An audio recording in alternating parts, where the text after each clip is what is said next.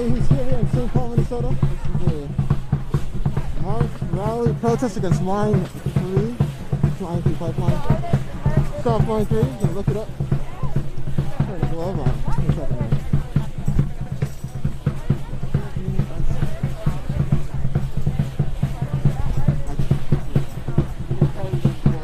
So St. Paul, Minnesota, the capital of Minnesota.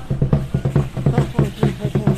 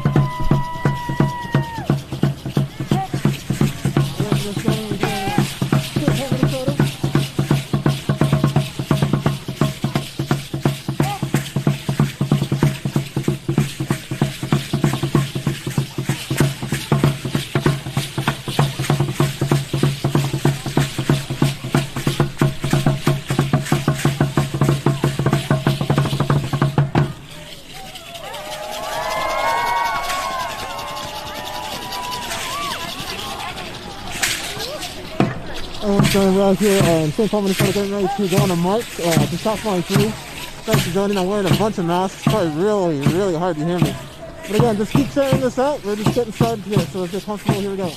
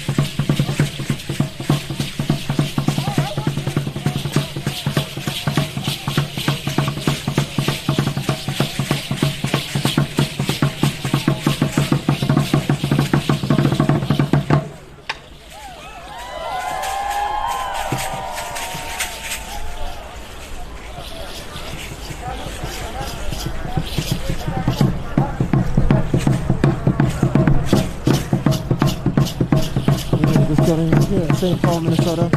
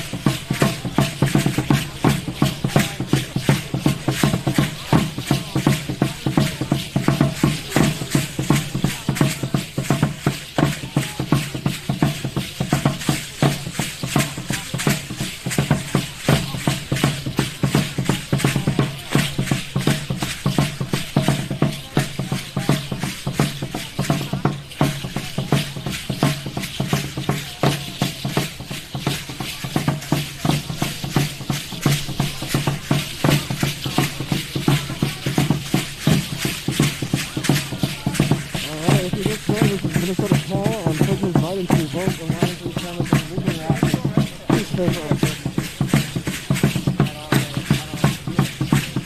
proposing to test the Enbridge Line 3 pipeline will rally Friday, January 29th in Canada Park.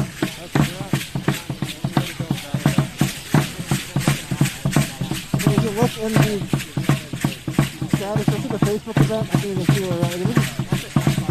This is St. Paul, Minnesota. I am Motorcycle Saturday out here live to show you this ongoing struggle against the Line 3 pipeline. This is just the latest iteration. They're protesting, rallying today against the Army Corps. There's actions going on in northern Minnesota. This is just what's going on here.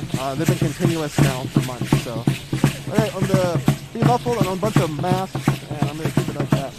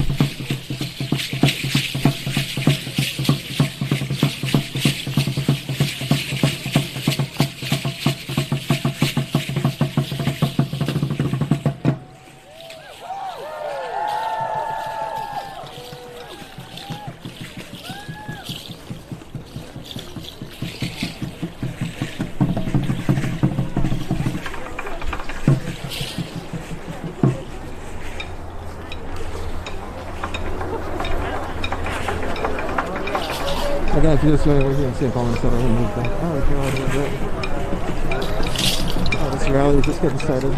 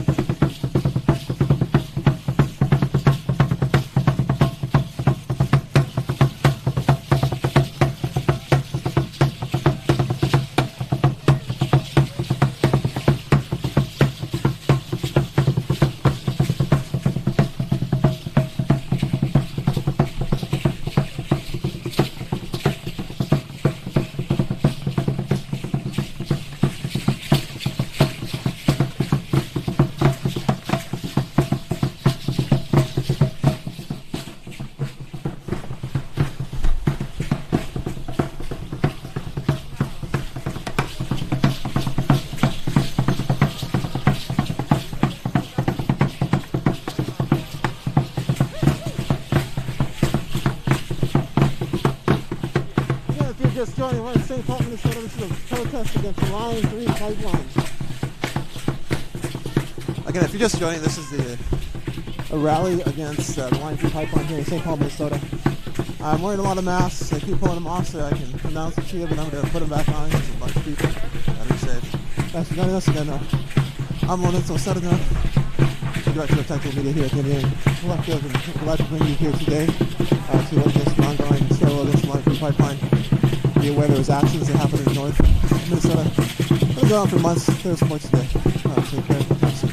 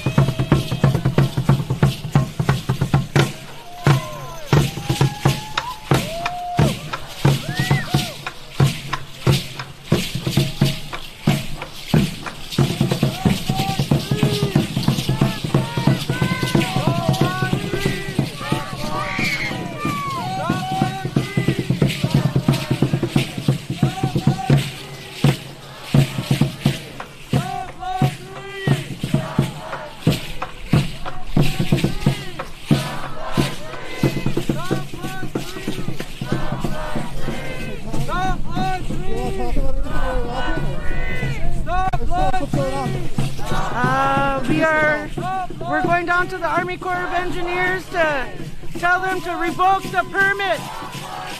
And right now they cannot do any horizontal drilling underneath the waters right now. And the Mississippi River is frozen, and that's why they cannot do any drilling. So at this point we're taking the time to tell the Army Corps of Engineers to revoke those licenses or those permits. Thank you.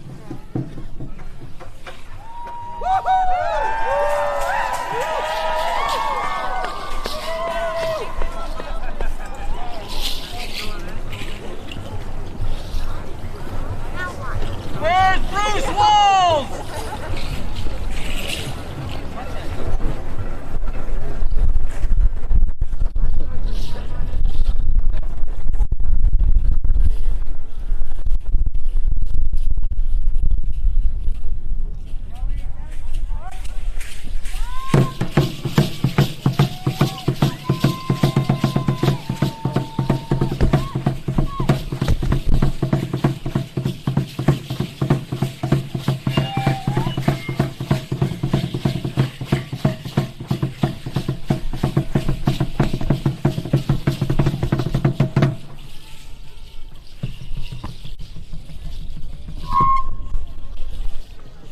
Welcome everybody.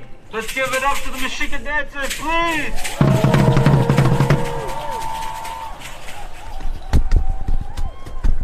You know, it's beautiful to see this incredible turnout.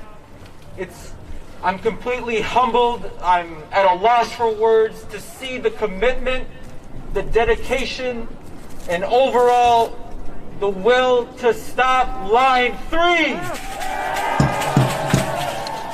But you know what? It goes further than that.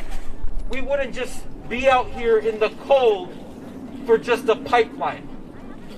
You being out here is an example of your commitment to Turtle Island, to Mother Earth, and for that, I say to you, Chi McGwitch, give yourself a pat on the back.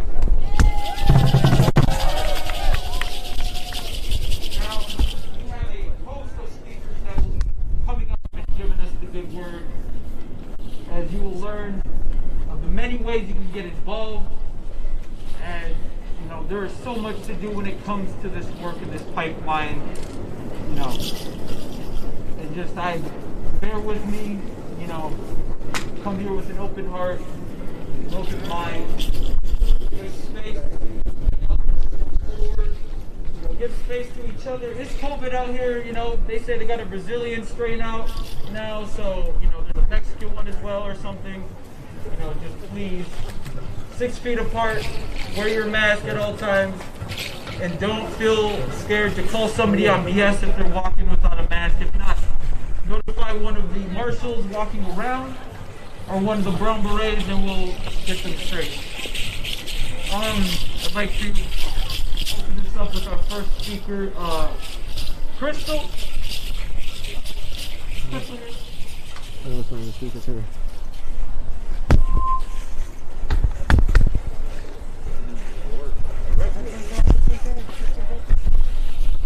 No?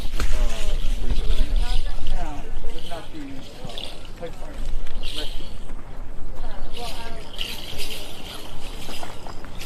No. All right, last call for Crystal or Maggie. I saw them earlier. I know they're here. No? All right. Yeah. Well, that was our land acknowledgement, but you'll get one from me. Heck yeah. Now, we have to be real. We are standing on Dakota land in the occupied state of Minnesota, in the colonial kingdom of so-called the United States. We have to acknowledge that this pipeline is the result of imperialism. It's not just about the fossil fuel industry. As we begin to talk about just green transition, we have to include what that looks like for indigenous and BIPOC people. Because we're the ones that face the brunt of so-called progress. So as we acknowledge whose land we are on, we must first make it a point to include them at the table. Tribal sovereignty, as well as their citizens, deserve a seat at the table, and their interests deserve to be upheld when decisions are being made, because many of us are privileged.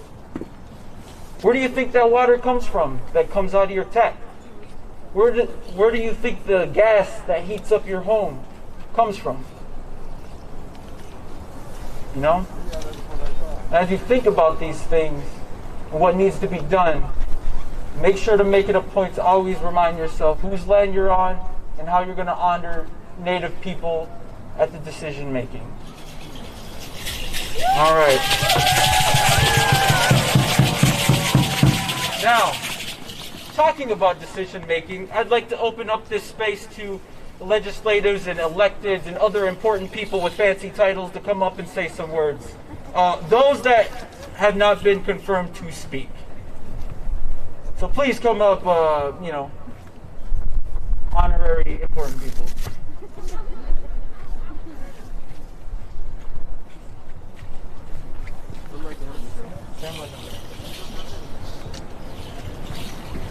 Oh.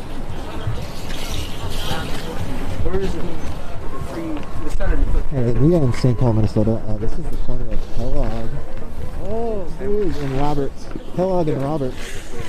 We're just gonna listen to a few speakers here. Again, this is while we're waiting for the important people, let's get another important person up. Sam, the executive director of MN350. Please come up and stand right here.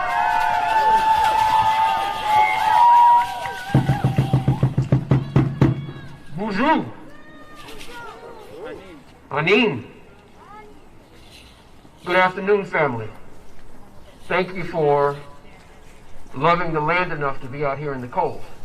Thank you to the dancers for being out here in the cold. Thank you for Joe for the land acknowledgement and setting this up. Thank you to all of you who did all you could to transition us out of number 45 into number 46. That was a necessary gain, but now we have a whole lot of work to do. In the first few days of this new administration, they have begun to do some things that are very constructive and are on the right track.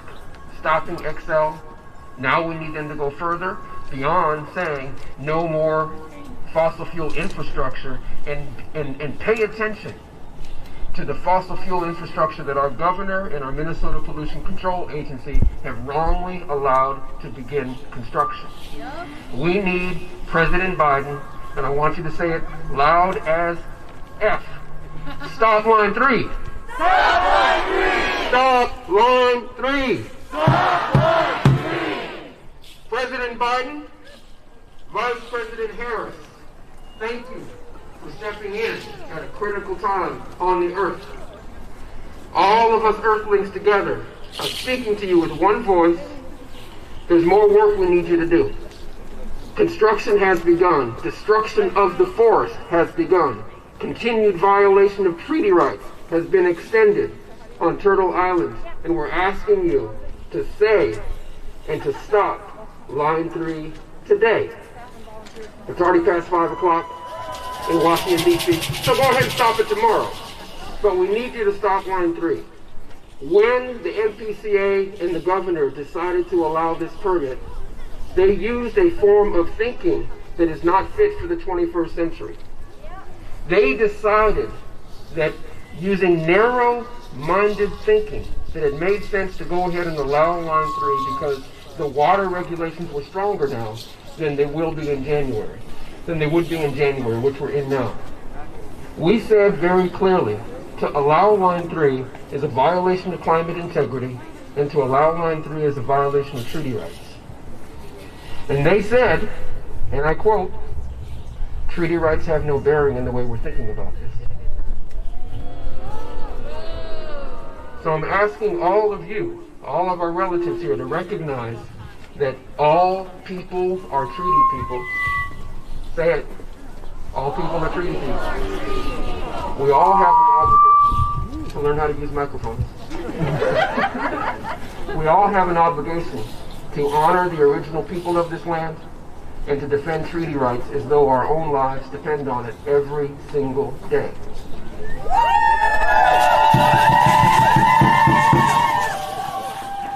That is a basic beginning to be coming into right relationship with the land we're standing on right now and the original people of this land and with each other. I guarantee you, if we honor treaty rights and we honor our original people, all of us will be happier, all of us will be healthier, and the land will sing right along with us.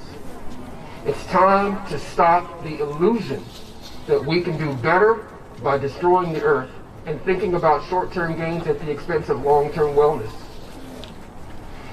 Climate integrity and relational integrity are fundamentally bound to each other. Fundamentally bound to each other. I apologize, I didn't pass the class on microphone use.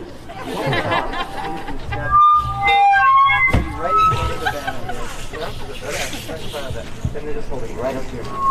Yes, sir. That's my teacher, Andy Pearson. And he's a good teacher. Well, we'll see if he's a good teacher. This works. It's working so far. So, I don't want to take too much time, because I'm hoping that the 3 of the Magnificent 7, some new legislators who are coming into Minnesota and who are committed to throwing down with us to defend the intersectionality of racial justice and climate justice, want to come and talk about the level of commitment they're bringing and to invite you to help them stand strong against a state that calls itself a state that follows the science, and yet 36 of the senators in Minnesota are climate deniers. How is that possible? It's unacceptable, and we have to let all of the people living in the districts of those 36 senators who are climate deniers that their time has come and gone. It's necessary that they can't stay in office as people who are denying the reality that we're living in. Not only the climate reality, but the racial justice reality that we're living in. So we have to move together as people and practice as democracy in motion, the kind of energy that transitions out all toxic energy in people and in behavior of people on the earth. Let's begin that journey with each other. The future is in our hands and in our hearts, not in people who are in office, not in people who are running our corporations. It's up to us. And we have been making the mistake for too long of giving people trust that hasn't been earned. And we have broken ourselves in relation to each other, and we don't trust each other like we need to anymore. So we have to heal our relations and come together. One people, one land. One people, one land. One people, one land. So I want to invite up Senator Murphy. Is she here? Where are you? I don't see you. And invite up Jen McEwen, and invite up, where's my people? Oh, there they are. Yeah. And before we hear from them, we have some Dakota relatives, as you know, as I briefly mentioned, as Sam said, about bringing our relatives to the table, giving them space to talk, to voice themselves. We have here Maggie Lawrence from Con CP to come give us some words real quick.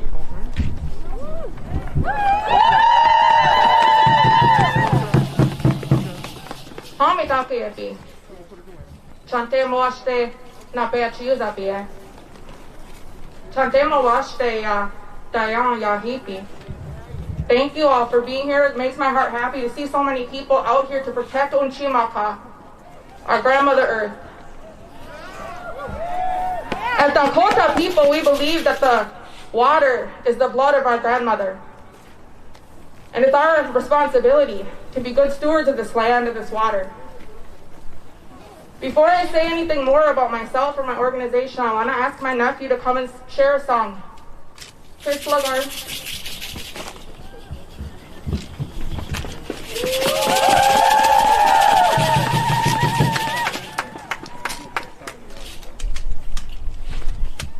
He's going to start with a prayer song and a water song. His photos okay?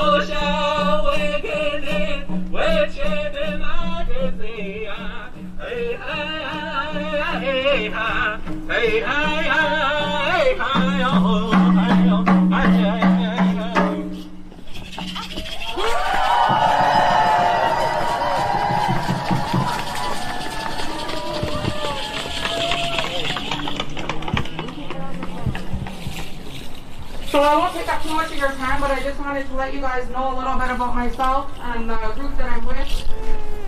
My name is Maggie Lorenz, and I'm the Executive Director for Lower Phelan Creek Project and Wausau TV Center.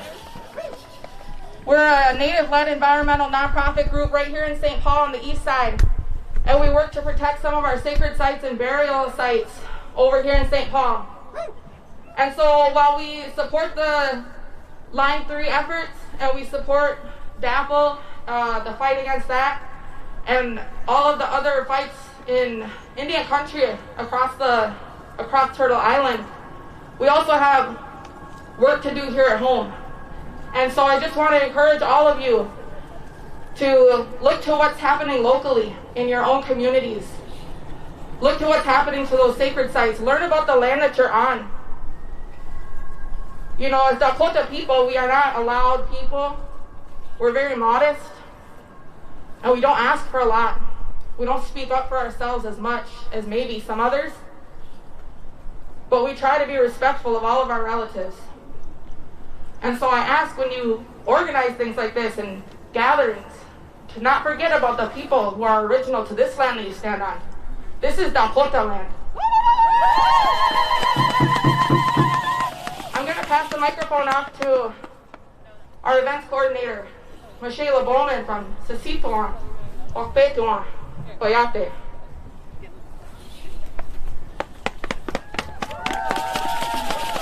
Kami Dakiaki, Tantewashte Anapechu Zapie, Michelle Bowman Amakiapie, De Sisituan Ko Okpetuan Yate Mataha, Ampetude Nina Yomakpi.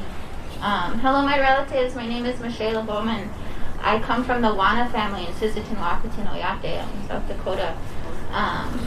Today, I am really happy to be here, really happy to see all these faces, all these non-native faces and native faces here fighting to protect our lands and our waterways. As Dakota people, we believe Mani is our first medicine, one of our first medicines, that when we enter this world, we come from our mother's womb that's wrapped in water. And when we come into this world, those tears that come out of our eyes remind us of that medicine.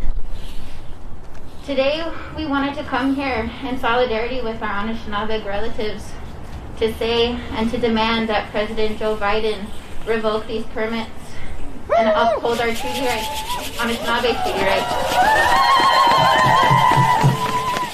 Miniwi Choni, water is life. Without water, none of us would exist. None of us. Absolutely none of us. And so it warms my heart to see everybody here. But I want to uplift with what my Mashke Maggie said, that we are all here out of good reason. But if we organize without the intention to center Native people and to uplift Native women, femmes, Two-Spirit, trans folks, our relatives that will be most affected by these pipelines, we are just continuing that violence. So when we organize and we're in spaces like this together and with each other, we have to center our women. Oh, sorry.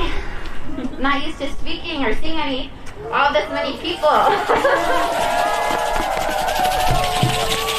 want to say Kirama, thank you so much for coming. And Nona, do you want to say any words? I'm going to hand this off here to my niece, Winona Owen. She's a strong advocate for Uchimaka and for the waters. She's been to Hawaii to protect that mountain, and she's always doing what she can for the people. She's a strong leader, and she has good, strong voice. So I'm happy that she's here today and willing to share some words with you guys.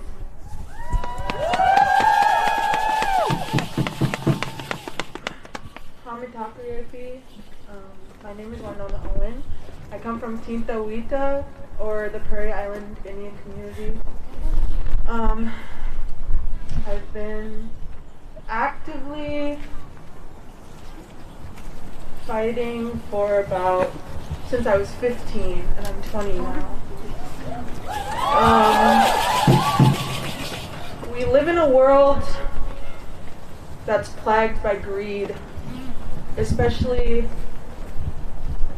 by those in power.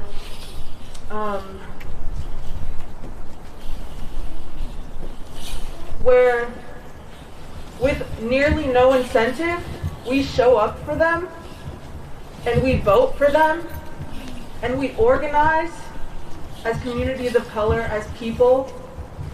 They're giving us baseless claims, and we show up in record numbers for them.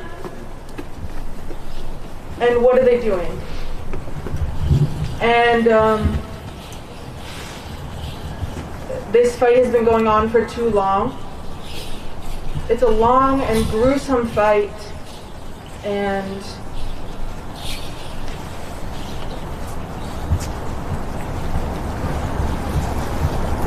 I think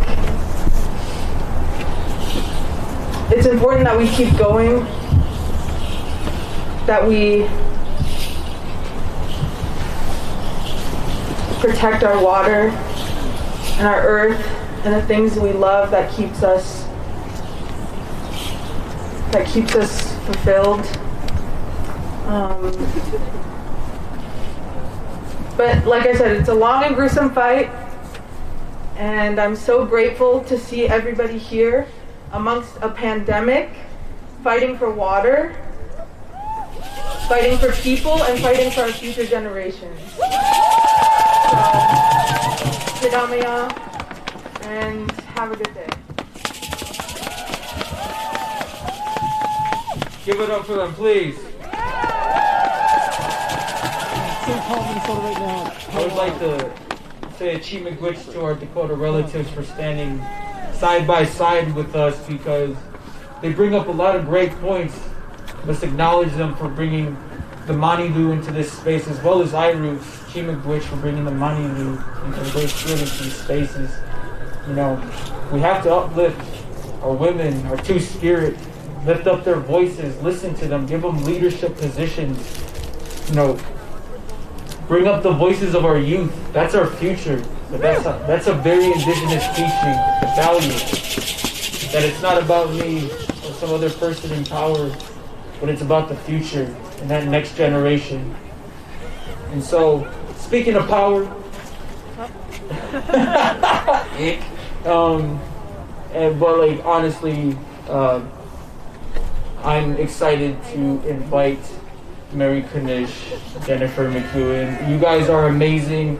Thank you for clapping at Pete Stauber, that son of a bitch.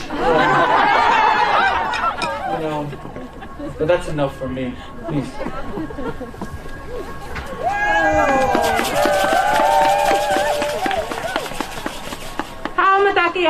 Shante Washte.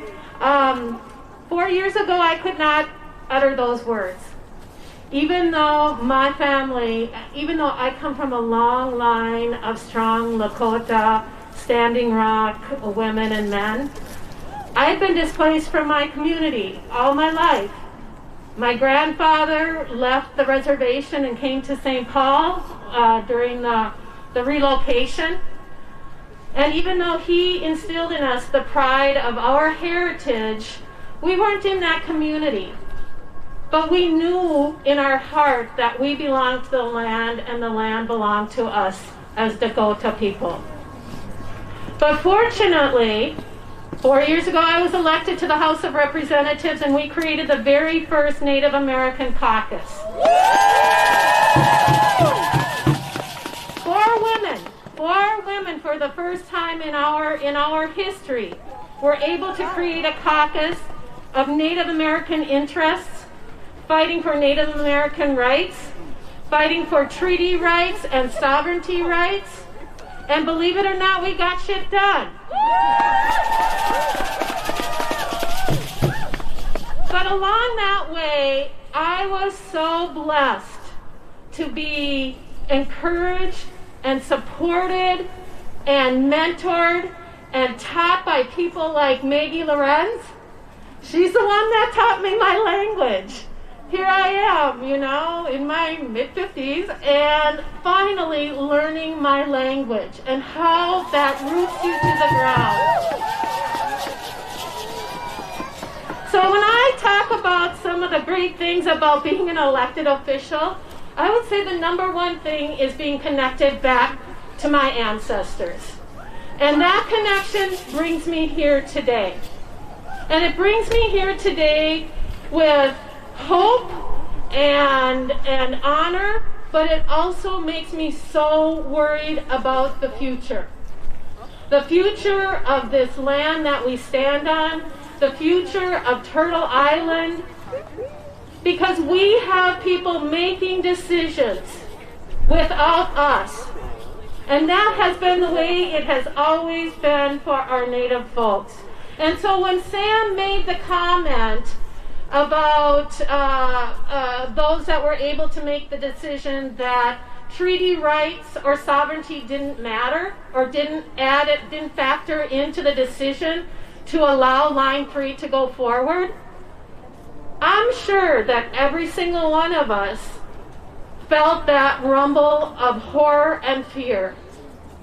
And the fact that while there's an executive direction out there that we are supposed to all our government agencies and people are to recognize the sovereignty and the treaty rights of our American Indian people here, once again it is discarded when it suits those who want to run these lines through our country, through our state. And we all know this is such an unnecessary effort. We need to make that movement towards a cleaner economy. We need to make sure that we are taking care of this world, this land right now for the next 7 generations. And when they were looking for all the arguments why we needed this Line 3, jobs was a big one. Who doesn't need a good job? But we all knew what was going to happen, and it has happened. All those jobs, how many of them are really Minnesota workers? Very few of them. And you know what they do? They hire people on as subcontractors. Because when you have subcontractors, you don't have to pay any benefits. You don't have to pay health insurance. You don't have to do any of those other things. So what does Line 3 do? They subcontract. And who does that affect? That affects our people. And once again, it is taking advantage of the disadvantaged. And then I want to talk about our missing and murdered Indigenous women.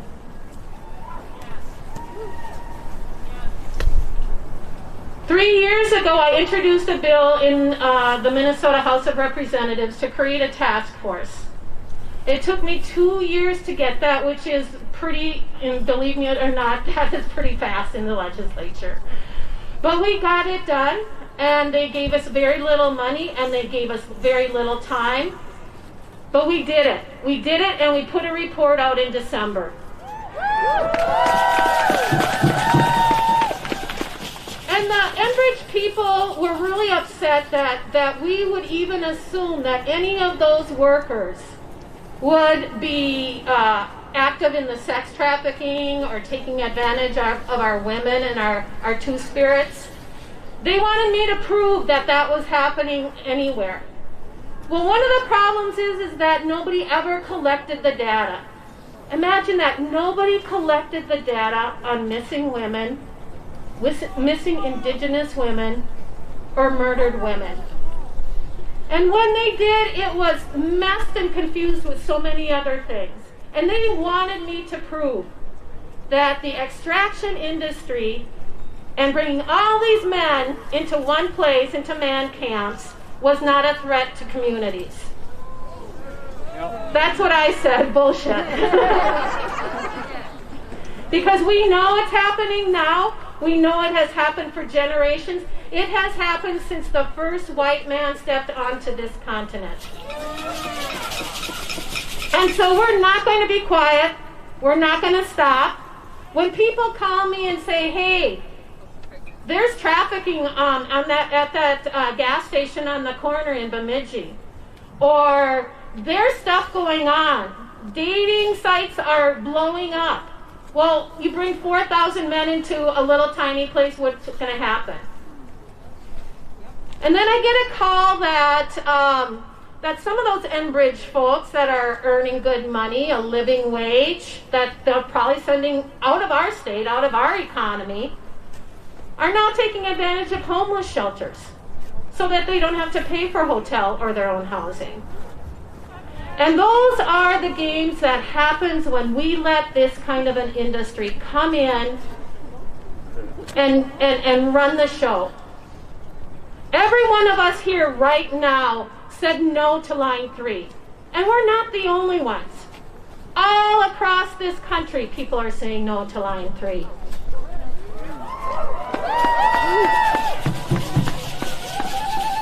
So this year, I was fortunate to be elected to the Senate. And we had another groundbreaking moment because I am the first Native American woman, the first Indigenous woman of North America to be elected to the Minnesota Senate. Here we are, 2021. And we are just getting that representation. And let me tell you, representation makes a difference. Because I've been able to get funding for our Indian schools. I've been able to create that task force. I've been able to work on jurisdictional issues with tribal police and county police. I've been able to get extra funds for arts and entertainment for our Native Americans.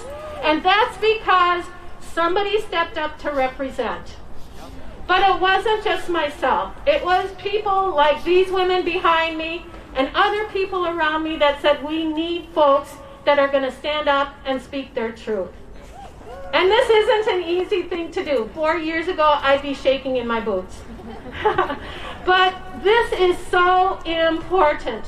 And I just want to say, Wapula Tonka, Pilamia to all of you for coming out here today on this COVID day, this cold day, and honoring the earth, honoring the water, honoring our Indigenous people.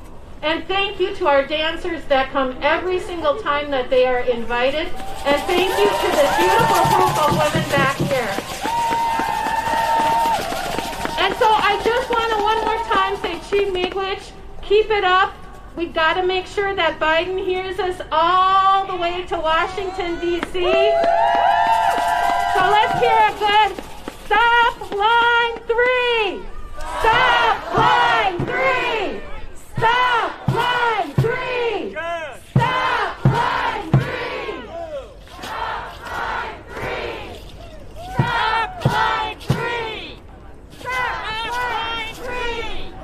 right, I'm going to turn it over to another fabulous, strong leader.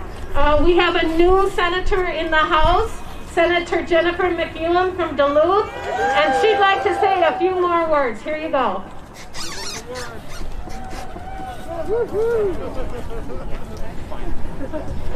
Well, I'm really humbled and honored to have been asked to say a few words. And I am so proud to stand with my sister, Mary Kunis, and I'm so humbled to have been getting to know Mary over these past months. I'll be really short. What I have to say today is just a couple things. We know that now is the time.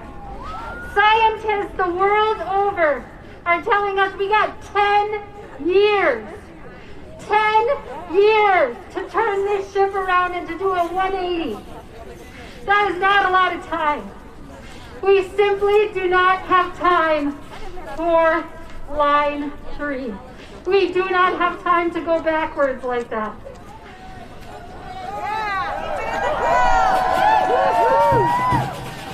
And one of the things that I think that we encounter a lot as elected as officials is they want to make us choose. I just saw this today on my social media. Someone trying to make me choose. You have to choose between workers and a future for our planet. Who are you going to choose?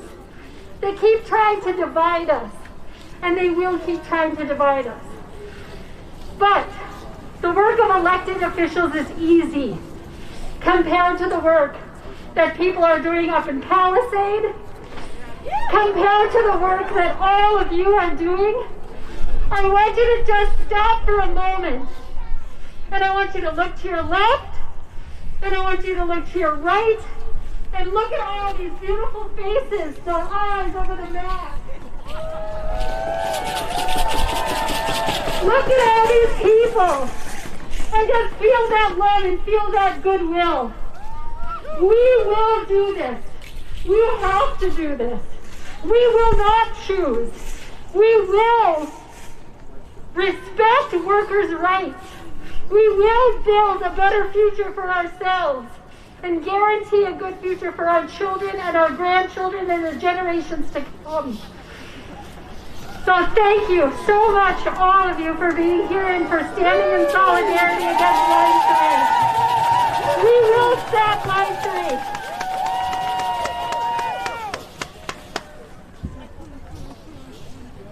You know, I don't even like the colonial caste system like that, but I like Jen and Mary a whole lot. Can we give them a cheer again?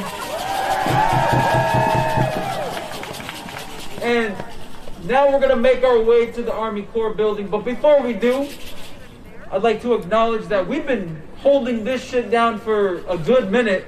So I'd like to just shout out real quick and please shout back. Whose streets? Our streets! Whose streets? Our streets! All right, let's go take over the Army Corps building. Let's go.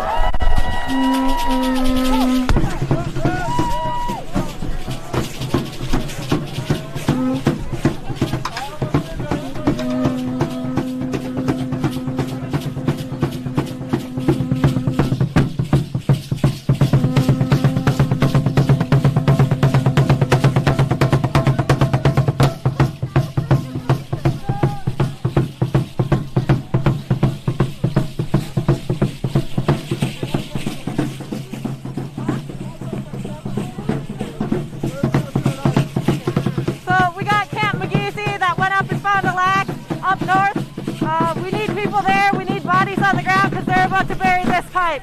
So if you have the ability to, join us at Camp McGeesy and help us stop line 3.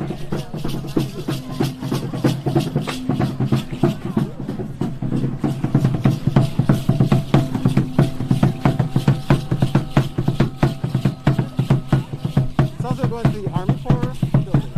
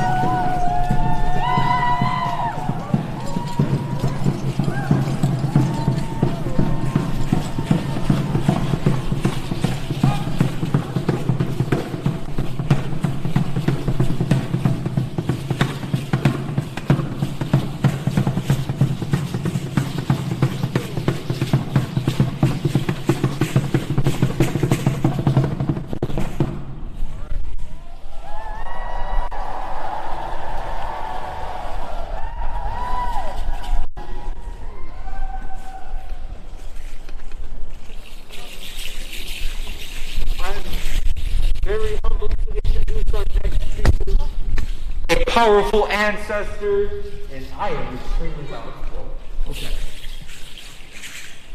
Okay, like I said, a water protector, a strong ancestor. She comes from the left end of the Ojibwe. Please give it up to Tanya.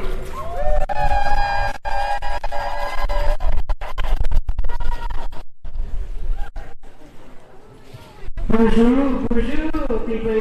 You go for it. Papa, nobody come and listen. I come and do the job. Or what is he doing? You go out there, show me later. But you go to the boy. Forgive me, he's not going to ask you what I win. Can I get a shout out for the Black Snake Killer? Black Snake Killer! Black Snake Killer! Alright, we got a bunch of Black Snake Killers here in Minneapolis, St. Paul area. Miigwech for showing up down here. It's been a pleasure taking a ride out of Palisade and coming down here to visit with you all.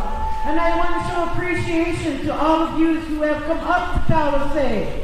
Miigwech for coming up there and visiting our camp and to be able to see what's going on up there. Miigwech, Palamia, Dakota, Winyan for being here. Up there in northern Minnesota, there are Dakota graves up there that we are watching and protecting up there also. Under Big Sandy Lake, there are Dakota graves up there too. So we are doing our best to be able to protect those graves too. Miigwech for standing in solidarity here with us. Yes, these are our lands. I want to let you know too that law enforcement has been doing some surveillance, reconnaissance work on us. They have been flying helicopters over us today. That's just the beginning. And two, they've been flying airplanes over the camp, making sure that they want to know who's all in our area there. So, what else are we going to come to expect next? Those of you who were out at Stand Ramp over at the Dakota Access Pipeline Movement know what comes next. Next comes the dogs.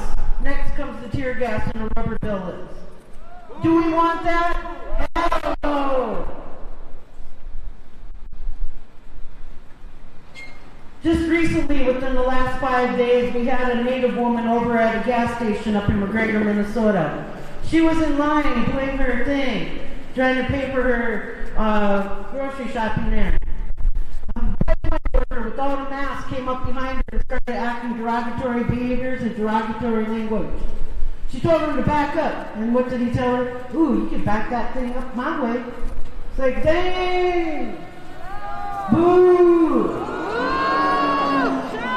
For us up there in northern Minnesota, that's just a prelude of what's to come for the missing, murdered Indigenous women. We do not want that or tolerate that in our communities. That's right, hell no. The other thing too, we want to know where that Ojibwe Warrior Society permit is. Where's that permit at? Where's that permit at? Where's that permit at? Where's that permit at? Where's that permit at? Where's that permit at? The Ojibwe Warrior Society is standing in front of you asking where that permit is. There is no documentation of that. Enbridge did not have us even on that map when they decided to put that pipeline through. They did not. They don't even recognize us as human beings, so to speak. I'm angry, I'm mad, and I'm very tired. I've been through this process for the last 11 years and watching what's happening. I've been out at the Dakota Access Pipeline also, and I went on a 28-day hunger strike for the fresh, clean water we are to have on these lands. And I'm here to prove to you that water is life.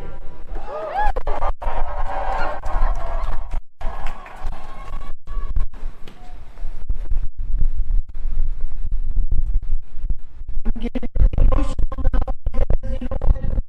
They want to have that pipeline through. I'm thankful for Kunchimaka, Mama Akin, for doing what she does during this time in the winter time and freezing up the waters. The reason being is that they cannot put that horizontal drill through the waters when it's frozen. Thank you, Kunchimaka, for doing that for us. Because the reason for that is because if they try to drill through underneath the water there, we cannot tell if they drill through an aquifer. And when the sign for that would be the cleanness of the water and the stuff that they send through the pipe. So I'm asking you today to come up and visit us.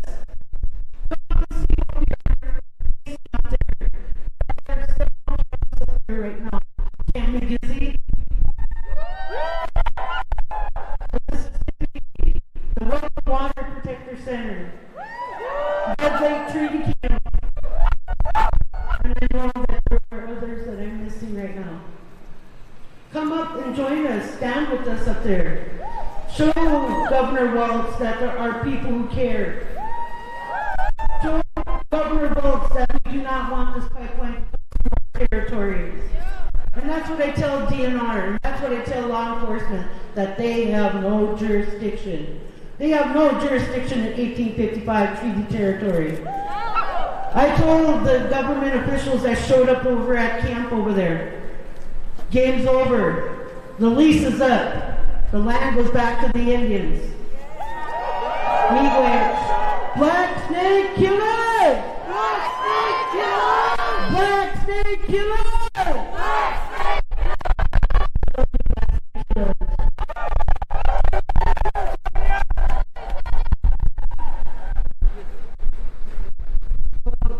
First of all, Miigwech for being here and also for sharing those words and being so welcoming at the Water Protector Welcome Center. My name is Shani Matson, and I'm also up in Palisade. Questions earlier from some of the leaders who spoke about, and I think that Palisade is a really good illustration of how we got here. I grew up in Palisade, so it's a town of about 100 people. So there are more people here in the street right now than in the town that I grew up in. And the reason that Palisade is there is now because of the railroad. The railroad company crossing the Mississippi River on the bank in Palisade. So it's there as a town because settlers were part of moving, part of an extraction industry from the beginning of their town. So when people talk about, that it's really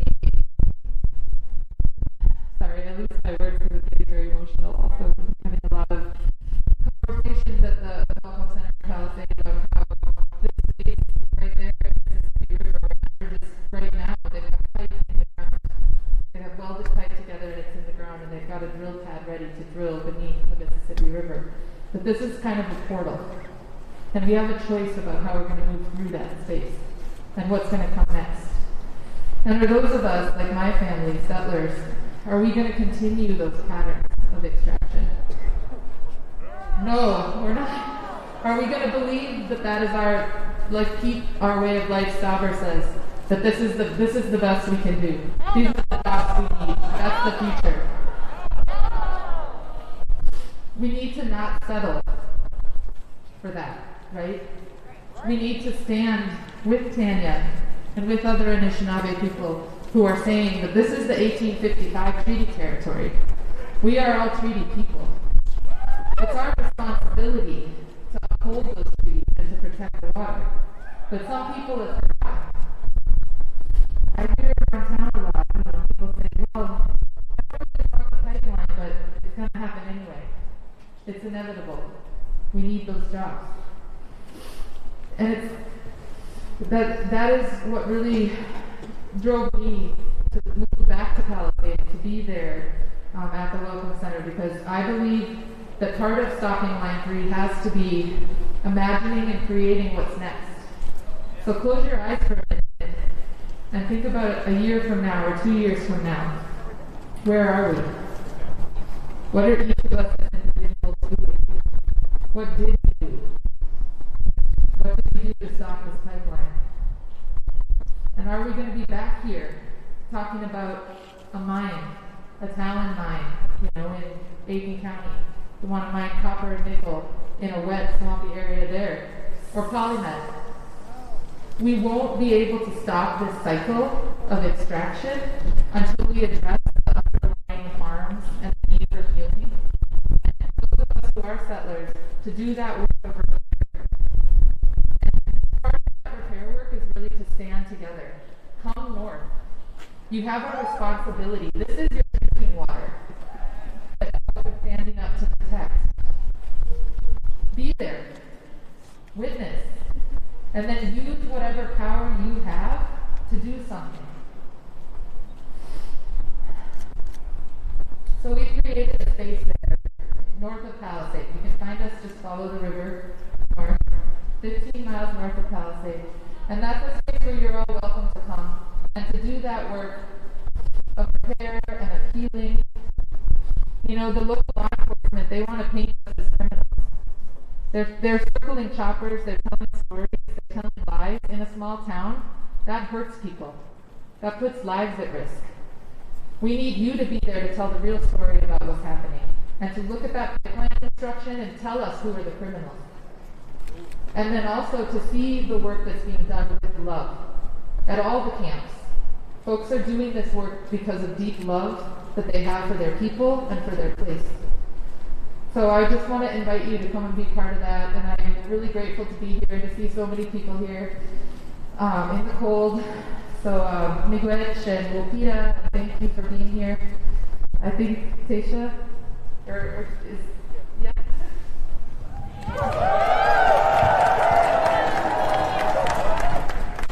Bonjour everyone. I just want to take a moment and recognize that when Toronto Lac signed the approval for the Line 3 Enbridge Replacement Project, they took away the voice of the other Anishinaabe other Anishinaabe nations. And in the spirit of that, I want to ask my sister to come up here and speak for Red Lake. Sasha, can you come up here?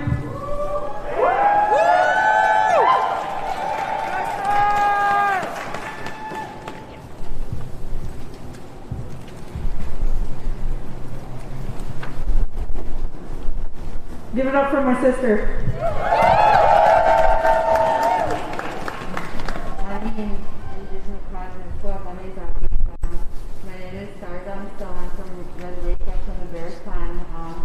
We're very much water people up there, and we really pride ourselves on our clean water up there.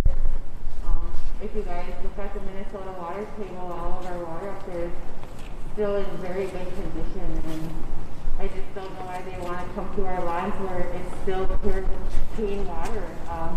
All our wild rice beds are that's very sacred to us, and we have to protect our wild rice at all costs. And if it takes us coming from up north where we're safe in our own homes to come down here to speak to all of you. I hope that our words are heard.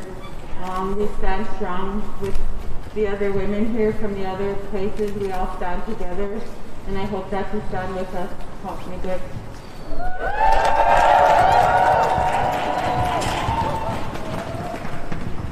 Uju, Tabiki Giza Skijikwe, Nindish Charles Magachi Wanam, and Dunjuba Nagizi to Autumn. Hello everyone, my name is Tasia Marno, and I come from the Fond du Lac Reservation. It's been a long 7-year fight. It has been a long 7-year fight, and I want to thank everyone here today who's been involved in that fight in one way or another. To all the people who have been lobbying, all the people who have been our keyboard warriors, everyone who's been sharing, showing up, and throwing down Miigwech. But now's the time for action. Now's the time for action. Back home, they're burying this fight. They're burying this fight. And I can't stop this alone. And it's because of community that I can stand here today as a landowner. Because land back does matter.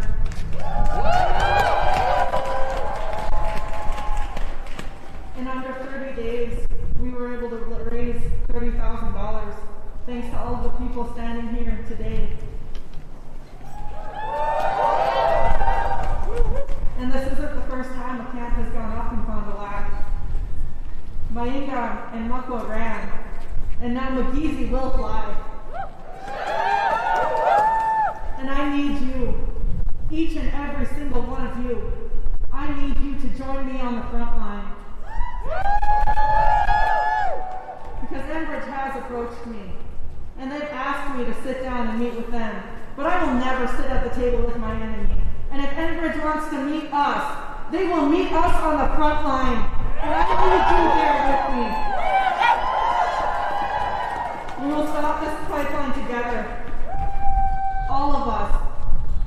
Because united, Enbridge doesn't stand a chance.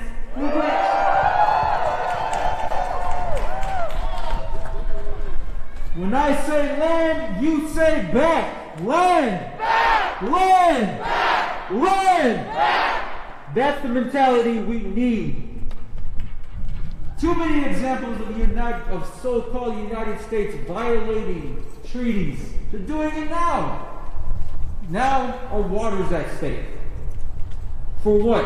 A foreign company to make a quick buck before renewables kick in? Master terrorist! Exactly. Eco-terrorists. It ain't right. I spoke about it earlier about who's at the table. Do we need to be at the table? Maybe. But we definitely need to fight this thing. Flip the fucking table. Get rid of the whole entire colonial caste system is more like it. Flip the fucking table. But before we get to that, organizing needs to happen. These camps, they need resources. They need wood. They need blankets. Each one of them has a list on their Facebook page. I implore you to check it out periodically. Organize amongst your homies, your other relatives. Bring them up. Come up for a weekend. Come up for the weekday. Sacrifice that time. Put your bodies on the line. Because it's all too often our Kwei, our women, our Two-Spirit who are on the front lines. Where are we at? I ask you, where are we at? The front line. That's where we need to be. It looks differently. Aisha mentioned keyboard warriors. They're important too. We need them. That land back then just happened. Took a lot of people sharing. And it's a lot. We know. It's a lot to pay attention, to be involved day after day. But could you imagine being on the front line? Waking up to the cold, going to sleep in the cold? To put your body on the front lines? Exactly. Wake up, go up there, be an ally, unsettle yourself. You are a settler on this land. So, I want to open this up to our relatives at the Land Steward Project to talk more about other land projects. We got our relatives from that? What's happening? Give it up for them, y'all. Hi, my name is Taylor with the Land Stewardship Project. I live in St. Louis Park now, but I grew up on a farm in northeastern South Dakota, and I understood the sacred nature of our relationship with the land, water, and our fellow humans. For far too long, our government has aided and abetted terrible injustices against these lands, the water, and these humans. As a society, we've accepted the idea that corporate short-term gain is more important than the health and well-being of our future Earth as people. Is this the legacy that we want to leave? Must our children pay for the sins of our greed? How is it so easy for us to invest billions to talk about dying industries, but so hard for us to find the money to invest in clean, renewable options that are inevitably the way of the future? Our rural communities deserve long-term green solutions. They deserve jobs that will pave the way for cleaner tomorrows. Our Indigenous brothers and sisters deserve more. They deserve to have their treaties upheld and honored. They deserve their land and water free from toxic oil and greed of foreign entities. We all deserve a future world that we can be proud to pass down to our children. Letting 9-3 proceed doesn't allow for any of that. Our governor has failed us, and we ask that President Biden step in and stop Line 3 immediately. Revoke the federal permits, put people on the land above all corporate profits. We all depend on having long-term and good-paying jobs that are in harmony with the earth. Rural, urban, white, black, indigenous, we all depend on having clean air to breathe, soil to grow good food, water to drink, and a climate that is not only livable but healthy. We desperately need to transition to a carrying economy in which all of us thrive. No exceptions. We need our elected officials to recognize the urgency of this moment and take action immediately. I know we'll be here, continuing to pressure them until they do. Thank you to every single one of you here right now for taking action and showing our collective power. Together we will stop Line 3.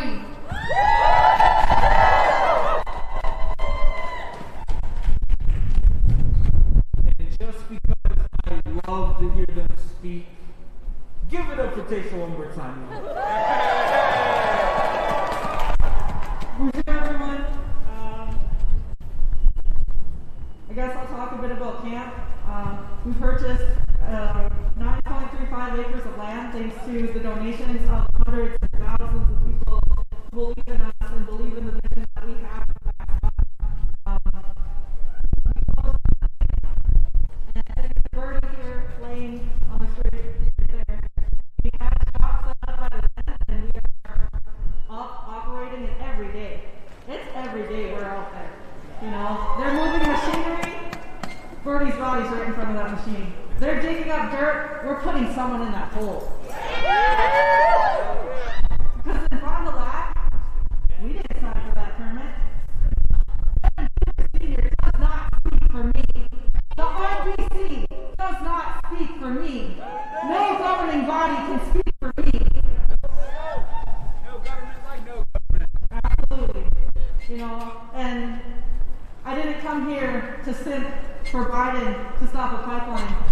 I came here looking for warriors. And I know that there's an get you that spirit in each and every single one of you. Now I hold no hope that the great chief of the white people are going to come and save me. I got 4 children at home. I have 4 children at home. And I can't promise my 15-month-old son that he's going to grow up gathering wild rice.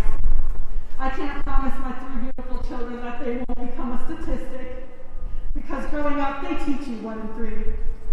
So when I see those white trucks on my land, that is a direct threat to my children. And whenever Anchorage Boots hits ground, I will be there. We will be there. But I need bodies. I need bodies to fill those boots. I need more people on the front line. So I'm here today to ask you to join us at Camp Mazizi. Because I need you. I can't do this alone. No one can. And the way we move forward into a better world is together. That's what the 7-Fire Prophecy is speaking of. It's not about me and my people. It's about our non-Indigenous allies recognizing the harm that they cause and moving forward in a good way. And we do that together. So I invite you to come to Camp McGeezy, where we will feed you. We will feast with you. And together, we will build a world that in 100 years, when our grandchildren speak about when we stopped Line 3, we will be people worth speaking of.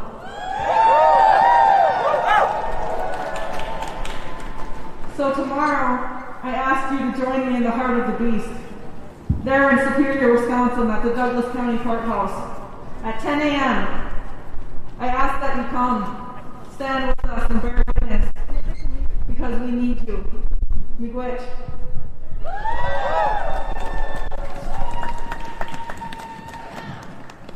And again, check out Tasha and Camp McGeezy's updates on their Facebook page at Camp McGeezy. Search it. It's 2 words. And this has been an incredible experience shutting shit down with you all. It's been awesome. I'm going to open up the closing. Jessica is going to sing us a song. I just leave it away. Man, it is good to be here today. Oh man, all these people just lifted me up. Exactly what I needed. Hello, my name is Jessica Garraway. I'm with Extinction Rebellion and the Workers' Defense Alliance. I'm a black anarchist. I'm a water protector. I'm a fighter for the people. I want to share this song with you today. The words came to me thinking about some of the work that I was a part of during the Dakota Access Pipeline fight. A crew called Mississippi State in Iowa. We fought by doing blockades and lockdowns to stop the boring underneath the Mississippi River, to stop that project. And these words also came to me when preparing and getting ready for this Line 3 fight as well. So if you could join me and sing with me, that'd be wonderful. The tune is familiar, Wade in the Water, but what we're going to do, we switched it up. I switched it up a little bit. So I'm going to sing Wade in the Water, Wade in the Water, Wade in the Water, and then you're going to sing Protectors in the Water. Okay? Ready? Okay. And feel free to clap, feel free to join in. Wade in the water,